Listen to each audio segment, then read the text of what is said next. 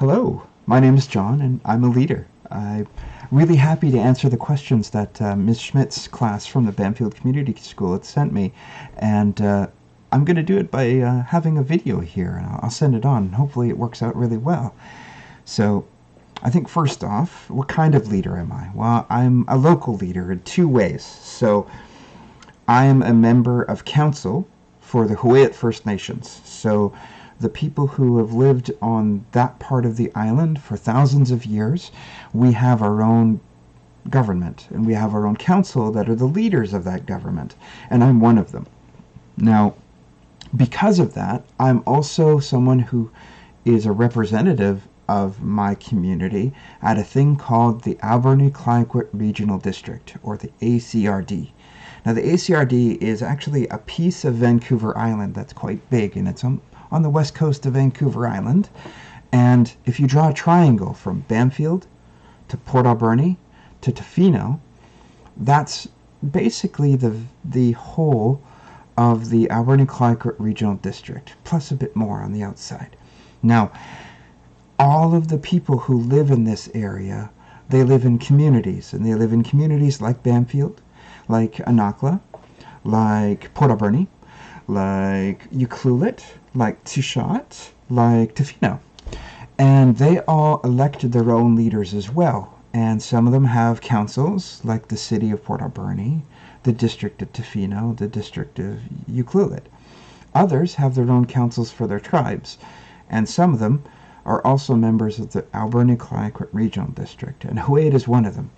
Now, I represent Huu for the regional district, and those people get together and they choose a leader for the whole board, the whole table of 14 people, and that's me. So, yeah, I'm a local leader in two ways, for my tribe, the Huu, but also for the whole ACRD. And I'm happy to talk to you now. Okay, so you have a bunch of questions, and I'm going to try to answer them for you. So, the first question is, do you need training to be a leader? And it's a good question, because the answer is yes and no. Now, you can't necessarily go to school to be a certified leader, but you can learn a bunch of skills that'll help you be a very good leader. And some of those skills are things you're learning now, like learning how to read and learning how to write and learning how to do math. Those are all very important things, because it's all about making good decisions. So all the things that you can learn in school are really important to becoming a leader. So make sure you listen to your teachers and you ask a lot of good questions to learn as much as you can.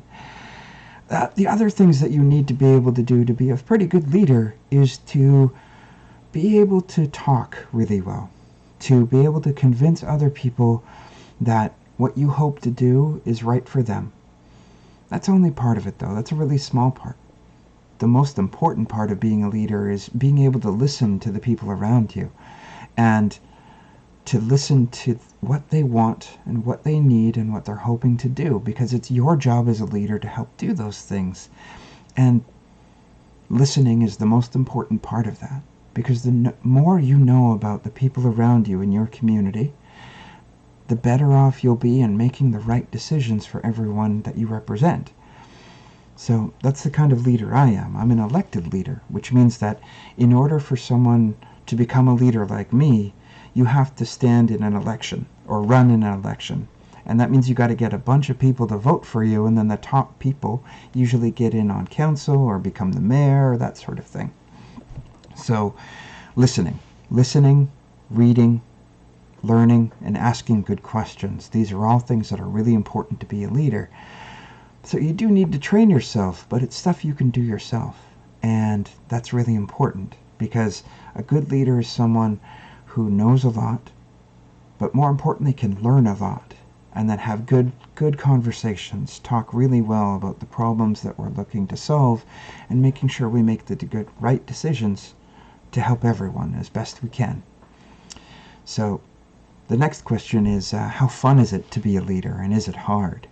So it's pretty fun to be a leader, because you get to help people with their problems, but you also help people make really good decisions in their lives and help them be successful. you also get to help protect the the land and the rivers and the oceans, and help protect animals as well. And that's pretty good too. That all is very fun, and it's really hard work though at times. So when you're a leader, you have to make decisions for everyone, and sometimes that can be scary because it's hard enough to make a decision for yourself sometimes, especially when you need to know that you have to make the right decision to do the right thing, or else you might make a mistake and have to go back and do it again, or or run into people who don't agree with you, and then you have to argue with them. And I think that's the hardest part about being a leader, is that when leaders come together to make a decision for everyone, we don't always agree. And so the way that we make decisions to make sure that a decision gets made, and we try to make the best one, is that we have votes. So we have votes to pick the people who make decisions, but also the people who make decisions vote to do this thing or that thing. And that's how we make decisions in a democracy. And a democracy is what we live in, where we all vote to make the right decisions by electing people who will make the decisions for us. And it's important to communicate, and it's important to convince other people what to do, so that they agree with you and vote the same way. And that doesn't always happen all the time, and not everyone agrees, but that's okay, because that's how the system works. Now, the next question is, do I make a lot of money since I'm a leader? And I think comparing to when I was younger, yeah, I do make more money now than I did when I was washing dishes and delivering food, or when I worked in a computer shop and that sort of thing. But when you compare my job as a leader to the type of work that somebody might do if they're a businessman, or if they sell cars, or if they're a professional athlete, it's not that much either. So it's about the middle. I mean, I make enough money to have a family and live in a house and drive a car and buy food. So I'm doing pretty good. So yeah, from a lot of people's perspectives, I do make a lot of money. But it's not as much as a lot of people too. So I'd say it's about in the middle. So how do I get all my work done? Well, my work is a lot of things, but most importantly, I think it's a lot of reading and a lot of talking and learning. Learning is something that a leader has to do all the time, because when we sit together and we have to vote on the things we're going to do, we have to know a lot about what we're going to do, and that's how you make the right decision. So getting that work done, it's, when you watch leaders vote and make decisions at meetings, it seems like it's easy, but it's really not, because you have to do a lot of work beforehand to be sure that you're voting on the right thing and voting to do the right thing. So on anything, when we decide on where we're going to do recycling, or where we're going to build a road, or where we're going to build water to for houses, or where we're going to get it, we have a lot of reports that we read from experts that we hire to help us make the right decision. But we also have to know a lot about what our people want in the community. And so I have to listen to them, go and talk to them, go and talk to the experts, and go and talk to the other leaders about where they're going to go and what they think that they're going to do when the time comes to vote to decide. And there's a lot of work that goes into just one vote, but it's important, because that's how we as a community make decisions, so that it's fair and so that we make the best decision possible. So how do I get all my work done? It's mostly a lot of reading, but it's also a lot of listening and a little bit of talking. But for the most part, it's reading and listening, and then choosing the right thing to do. Now, I don't always win when I vote, but sometimes I do too, and that's an important thing, because I always get to have a say in how the votes go, but I don't always get my way, but I get a chance, and that's fair. Okay, so the next question is, do you help animals? And we do help animals in two different ways. So for wild animals, we get to make decisions in a way to protect their environment, so to protect where they live, protect the fish in the streams, protect the animals in the forests and on the hills, by making sure that when we build a road or, get some water, we don't take too much water, or we don't build the road in such a way to hurt the animals or where they live. Or if we build a bridge, we make sure that the river can still go underneath the bridge so that the fish can still travel it. Now, we also help animals who live with us. So like dogs and cats, we have rules to protect them and make sure that people treat them good. And for farm animals, we have rules to make sure that the same thing happens with them too. So that's how we help animals. And we are always making sure that we try to keep up with changes and make the right decision as things happen. So we also help people too, and that's the next question is, how do you help people?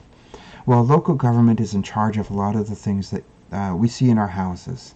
So when it comes to rules and making sure that people get clean water for drinking, that's part of what we do in local government. We make sure that we find the right and safe and clean sources of water, and we maintain the pipes to make sure that it gets to your house and is working really well. And another thing that we do is we deal with the wastewater, so the sewage, when you go to the bathroom or when you're done with washing dishes, all of that dirty water needs to go somewhere so that it doesn't make the clean water that you drink dirty and make you sick. And so we have a whole system called the sewer to deal with that too. And all of your wastewater can go somewhere, get treated before it gets put back into the ocean. And that's something that we're working on now for Bamfield, and that'll be a really good thing, because it's not good to put dirty water just into the ocean. We want to make sure that we help the animals who live there, and that's a good thing. Another way that we help people is we help people deal with all of the solid waste that they generate. So all the garbage and recycling and food waste that comes out of a house or a business, we help make sure that it goes to the right place so that it helps keep things clean, helps keep things healthy. So all of the things that come from making food, so the things you don't eat or all the things you throw away, they all go into food waste, and hopefully we can separate them out and turn them back into soil or something that'll help food grow. And then we also take other things like plastic and metal, like from aluminum cans, and cardboard and paper, and we recycle it. And that'll help make things better, because we take all that stuff that would have been thrown in the garbage and in the dump or the landfill, take up too much space, and we reuse it so that we don't waste the space. And then everything else goes into the garbage, which then gets brought to a landfill, which some people call a dump. And we don't want too much garbage to go into the dump, because one day we'll run out of space and we'll have to do something else. So we make sure that we reduce how much garbage we make by recycling, and by dealing with the food waste by making it in compost and making good fertilizer for growing food in the future. And then the last question. So before we get to the last question, that's a bunch of ways that we help people. Local governments can also help build houses for poor people so that they're not homeless. We can also help make decisions so that it's easier for people to live a good life by having access to libraries, or so they can read and learn on their own, or have access to things like recreation, like swimming lessons, like making sure you learn how to swim is really important, or having fun and making sure you stay healthy and strong by exercising and playing soccer or basketball or floor hockey, that kind of thing. So somebody has to do all that kind of work, and that's important. So those are some of the ways that we help people. Now the last question is a great one, and it's, can I be a leader? And yes, you can. You don't have to wait to be a leader, actually. You can be a leader right now. And the best way you can do that is by learning as much as you can about as much as you want, as much as you can learn about. Learn how to read, learn how to write, learn how to do math, learn how to talk to people and be polite. And even if you disagree, you can still talk to them really well. the most important thing you can do is learn how to listen to other people and really understand what they mean, not just what they're saying. Because your job as a leader is to find the right thing to do, and sometimes that depends on you understanding what other people need as well as what they want. And so do all the things you can to have a strong heart and a strong mind, and that'll help you be a leader. And finally, you can be a leader right now by helping make the right decisions whenever decisions come up. So if your parents are looking to try to do the right thing when it comes to making lunches or recycling, you can help by saying, Mom, I learned this at school about nutrition, or I learned this at school about what we should do for recycling. And then that'll help your parents make the right decision too. May not always get your way, but if you're able to help make the right decisions for everyone around you, and then you help try to do those things, then you're a leader right now. And you don't need to be old like me to be a leader, and you don't need to do a bunch of school or even get elected to be a leader. You can be a leader in your own community or your own house just by doing the right things, just by helping people make the right decision, and being a part of a team. Now, I hope you have a good day, and I hope I've answered your questions pretty good. But I just want to say thank you again for contacting me, and I hope to see you in person one day outside of COVID. So have a good day, and bye.